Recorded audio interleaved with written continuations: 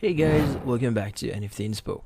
For today's video, we are going to show you how to deposit a check on Bank of America app. So if you're interested, let's start our tutorial. So depositing a check on the Bank of America app is actually pretty simple. So first thing you need to do here is you need to open up the Bank of America mobile application and log in into your account. Now, once logged in, look for the option that says deposit checks, and from there, you'll be redirected to the next page wherein you need to provide a few details about the transaction itself. So that includes taking a picture of the front and the back of the following check.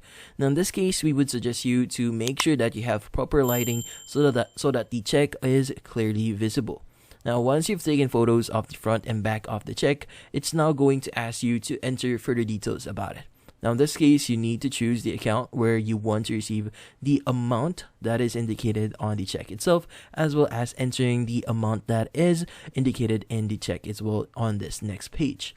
Now, from there, you just need to hit on the submit deposit, and from there, you should be able to see or receive a receipt confirmation message from those screen.